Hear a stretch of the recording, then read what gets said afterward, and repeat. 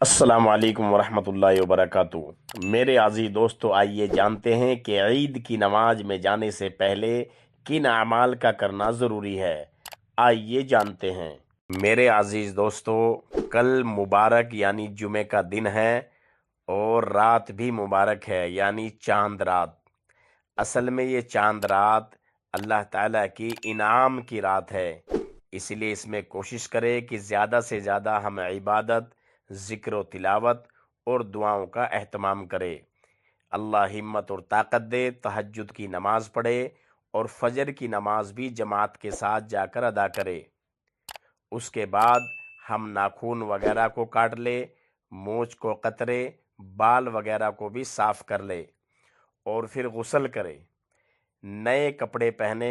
اگر ہمارے پاس نئے کپڑوں کی وسعت نہیں ہے تو پرانے کپڑوں میں سے جو سب سے اچھے کپڑے ہیں ان کو زیب تن کیا جائے، اور کوشش کرے کہ سفید کپڑے ہم عید کے دن پہنے۔ اس کے بعد خوشبو لگائے اور عید کی نماز میں جانے سے پہلے تاک، کھجور یا چھوارے وغیرہ کھا لے، یعنی 1 کھجور یا 3 کھجور یا 5 یا 7۔ اگر کھجور اور چھوارے نہیں ہے تو کوئی میٹھی چیز کھا کر عیدگاہ کی طرف جائے۔ کوشش کرے اگر کوئی دقت نہ ہو تو پیدل جائے اور ذکر کرتے ہوئے جائے، اللہ اکبر لا الہ الا اللہ واللہ اکبر وللہ الحمد۔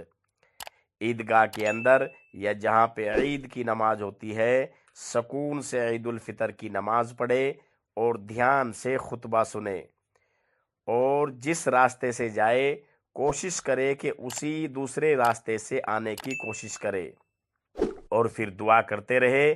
اللہ تعالیٰ جس طریقے سے اس ماہ رمضان کے مہینے میں ہم نے نمازوں کا اہتمام، قرآن کریم کی تلاوت کا اہتمام، ذکر و اذکار کا اہتمام اور پھر صدقات فطرات کا اہتمام کیا ہے، اللہ تعالیٰ 11 مہینے نہیں بلکہ آخری سانس تک ان اعمال کے کرنے کی توفیق عطا فرمائے۔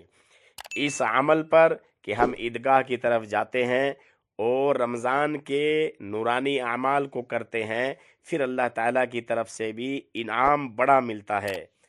فرمایا پھر جب لوگ عیدگاہ کی طرف نکلتے ہیں تو حق تعالیٰ شانو فرشتوں سے دریافت فرماتے ہیں، کیا بدلہ ہے اس مزدور کا جو اپنا کام پورا کر چکا؟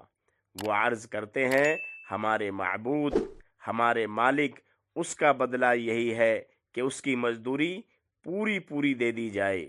تو حق تعالیٰ شانو ارشاد فرماتے ہیں کہ اے فرشتوں، تمہیں گواہ بناتا ہوں، میں نے ان کو رمضان کے روزوں اور تراویح کے بدلے میں اپنی رضا اور مغفرت عطا کر دی۔ اور بندوں سے خطاب فرما کر ارشاد ہوتا ہے، اے میرے بندو، مجھ سے مانگو، میری عزت کی قسم، میرے جلال کی قسم، آج کے دن اس اجتماع میں مجھ سے اپنی آخرت کے بارے میں جو سوال کرے گا عطا کروں گا، اور دنیا کے بارے میں جو سوال کرو گے اس میں تمہاری مصلحت پر نظر کروں گا۔ میری عزت کی قسم، جب تک تم میرا خیال رکھو گے میں تمہاری لغزشوں پر ستاری کرتا رہوں گا، یعنی ان کو چھپاتا رہوں گا۔